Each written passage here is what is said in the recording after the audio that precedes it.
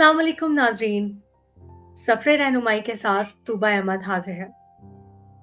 उम्मीद करती हूँ कि आप सभी लोग खैर-आफ़ियत से होंगे और अपनी ज़िंदगियाँ बेहतरीन तरीके से जी रहे होंगे, अपनी ज़िंदगियों के बहुत सारे मसले-मसाइल अकेले फ़ेस कर रहे होंगे, कुछ अ, दुःख-सुख बाँट के, कुछ अपनी खुशियाँ बाँट के एक-दूसरे के साथ खुश होंगे।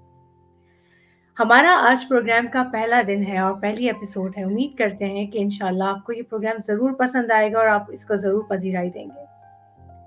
मैं हूँ आपकी होस्ट तूबा अहमद और हमारे साथ मौजूद होंगे हमारे गेस्ट जो कि लोगों के हुकूक दिलाने के साथ-साथ उनके लाइफ कंसल्टेंट भी हैं। जी हाँ, मैं बात कर रही हूँ बैरिस्टर हमज़ा खालिद की जो कि यूके से हमारे साथ मौजूद हैं।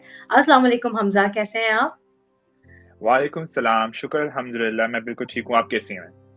मैं अल्हम्दुलिल्लाह ठीक हूँ। हमज़ा जैसे कि आप जानते हैं कि हमारे प्रोग्राम का नाम सफ़रे रहनुमाई है।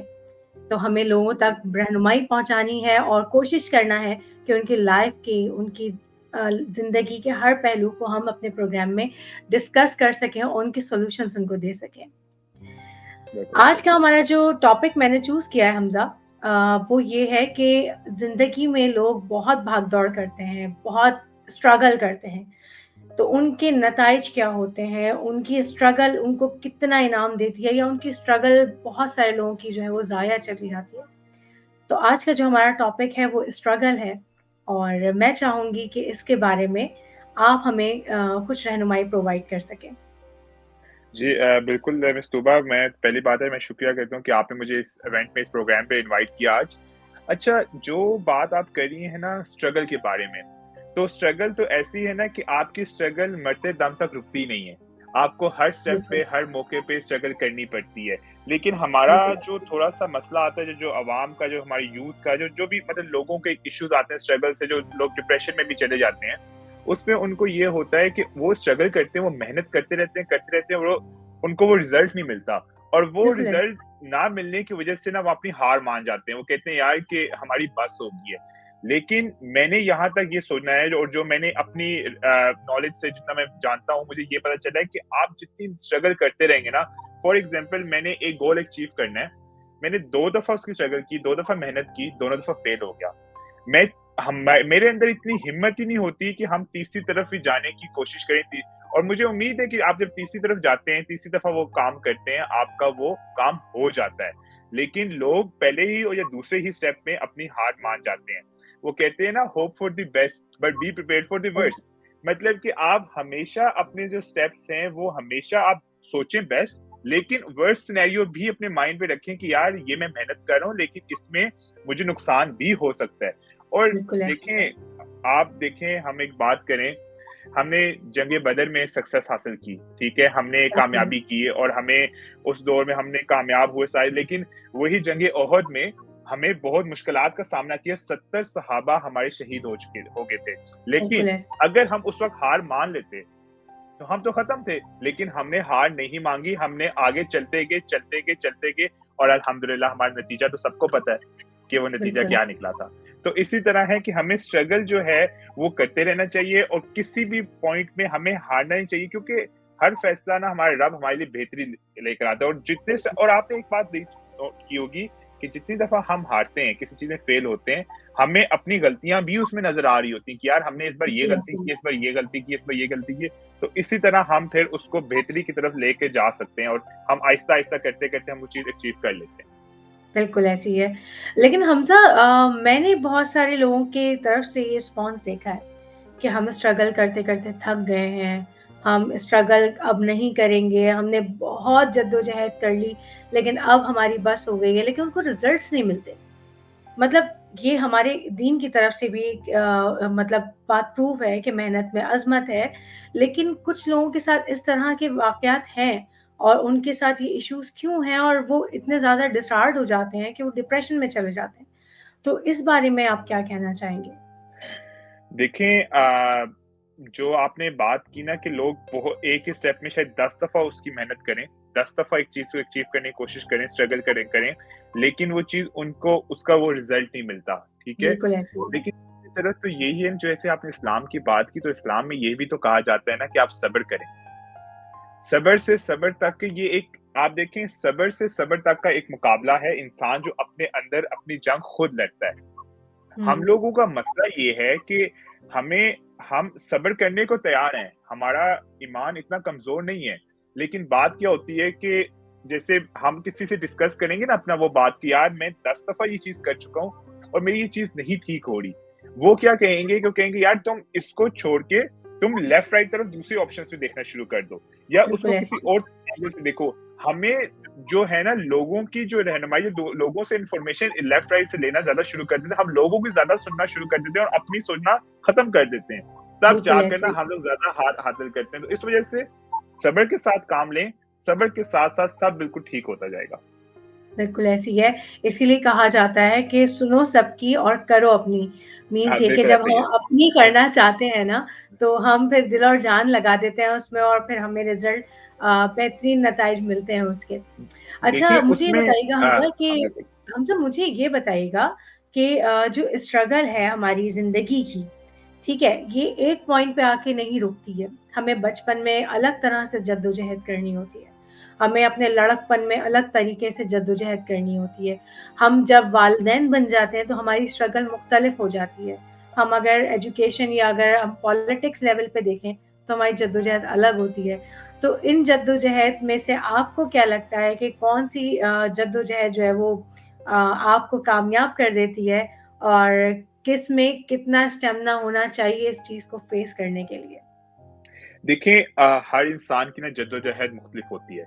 हम किसी को इस पॉइंट पे डिफाइन नहीं कर सकते कि यार के माँ-बाप बनते वक़्त जो स्ट्रगल होती है वो सबसे मुश्किल है, कि आज जब लाइफ में आगे सक्सेस कर रहे होते हैं वो मुश्किल है, या बचपन में जो लाइफ हर मोमेंट में जो आपके ऊपर टाइम जा रहा होता है ना वो दूसरे बंदे पे नहीं जा रहा होता।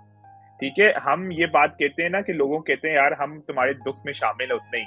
लेकिन आप उसके दुःख में शामिल ज़रूर, लेकिन उसके नतीजे पे नहीं खड़े हुए, उसकी पोज़ीशन पे नहीं खड़े होते। ठीक है? बिल्कुल ऐसे ही उसमें है। आपको ये चाहिए कि आप अपने काम पे जो आपके स्टेप्स हैं, आप उस स्टेप्स पे उसी तरह चलते जाएँ और आपको उसका रिज़ल्ट उसी तरह मिलता जाएगा।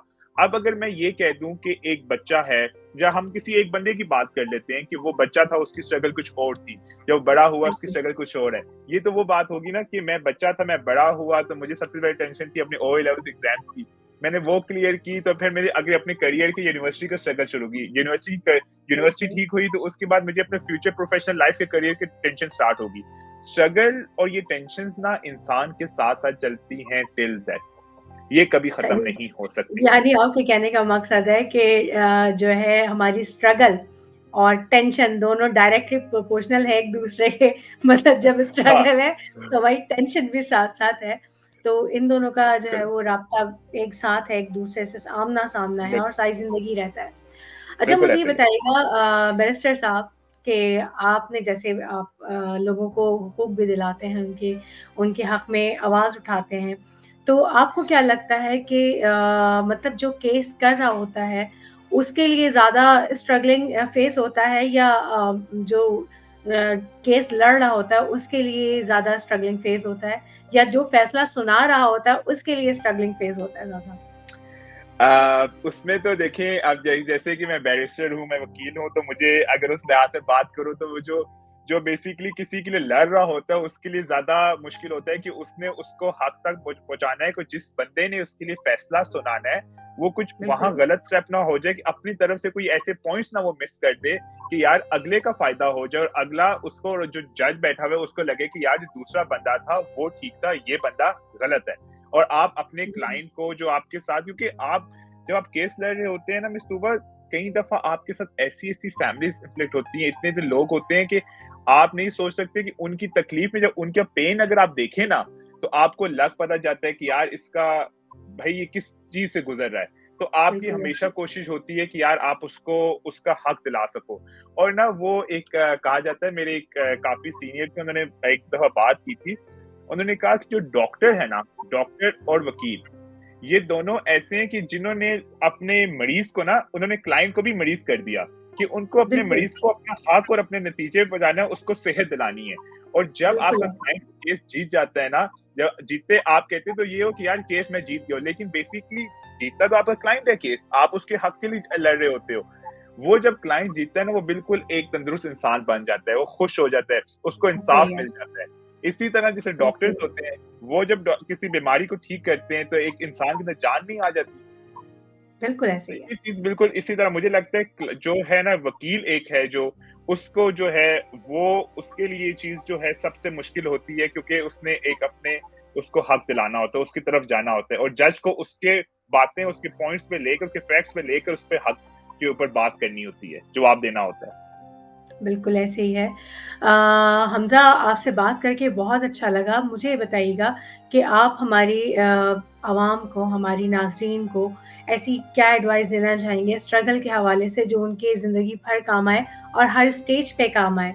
क्योंकि आप एक मोटिवेशनल स्पीकर भी हैं बेहतरीन, तो मैं चाहूँगी आप हमारे नाज़रीन को बहुत बेहतरीन सी एक राय दें कि वो अपनी ज़िंदगियों में उसको जब अपनाएँ तो आपके लिए दुआएँ करें। मैं देखिए मैंने स्टार्टिंग में एक पॉइंट बोला था और वो मैं दोबारा से एक सेंटेंस रिपीट करूँगा कि hope for the best best but be prepared for the worst. तो एग्ज़ैक्टली, आप हमेशा अच्छे की होप रखो, अच्छे की उम्मीद रखो और इंशाल्लाह अगर अच्छी की उम्मीद रखते हो और हमेशा अच्छा ही होता है। हाँ, समटाइम्स मतलब कुछ चीज़ आपके जो आपने सोचा होता है वो उस तरह होता नहीं है। लेकिन उसमें भी उस चीज़ को एक्सेप्ट करना सीखो। जिस दिन हमने अपने फेलियर को एक्सेप्ट करना सीख लिया ना, हमारी बिल्कुल ऐसे ही। ज़िंदगी आगे जीना आसान हो जाएगी। हम बेसिकली जहाँ प्रॉब्लम आती है ना, हम लोग वो जो चीज़ आगे हम स्टेप फॉरवर्ड कर रहे होते हैं, हम उस चीज़ को एक्सेप्ट नहीं करते, अपने फेलियर्स को एक्सेप्ट नहीं करते, फिर अपने आप को ही क्रिटिसाइज़ करना शुरू कर देंगे या फिर दूसरे बंदे को क्रिटिसाइज़ करना शुरू कर देंगे। जिस दिन हमने ये छोड़ दिया और हमें ये समझ आ गई कि यार ये गलती थी, ये हमारा फेलियर था, हमने अब इससे आगे बढ़ना है। तो हम उस चीज़ को आगे लेके चलते हैं। लेकिन हाँ, हमेशा मैं कहता हूँ आप 100 दफ़ा ट्राई करें। जितनी दफ़ा आप एक चीज़ के ऊपर लगे हुए हैं, आप उसको 100 दफ़ा करें, 1000 दफ़ा करें, लेकिन उसका वर्स्ट सिनेरियो हमेशा अपने माइंड पे रखें। बिल्कुल ऐसे ही है। बहुत बेहतरीन बात आपने की हमज़ा और मैं अपने नाज़रीन को एक अपनी तरफ से भी एक एडवाइस देना चाहूँगी और छोटा-सा मेरी तरफ से एक चंक होगा जो मैं ऐड करना चाहूँगी। हमारी ज़िंदगी एक स्ट्रगल है, शुरू से लेकर आखिर तक, चाहे हम माँ की गोद में हों या कब्र की आगोश में हों, हमारी ज़िंदगी सिर्फ़ स्ट्रगल है। और जहाँ इंसान की स्ट्रगल ख़त्म हो जाती है, इसका मतलब उसकी ज़िंदगी वहीं ख़त्म हो जाती है। क्योंकि ज़िंदगी का बिल्कुल, नाम ही जो है वो जद्दोजहद है और हमारी जो ज़िंदगी है वो डिपेंड करती है जद्दोजहद के ऊपर। कुछ ऐसा कर गुज़रो जो आपके जाने के बाद भी जो है वो दुनिया में आपका नाम रहे और आपकी जद्दोजहद जो है वो दुनिया में बड़ी ज़बरदस्त किस्म से मोटिवेशनल टॉपिक के तौर पे जो है वो डिस्कस की जाए। इसी के साथ अपनी मेज़बान तूबा अहमद को इजाज़त दीजिए। अपना बहुत सारा ख़्याल रखिएगा। इंशाअल्लाह अगले प्रोग्राम में मुलाकात होगी। टिल देन अल्लाह हाफ़िज़।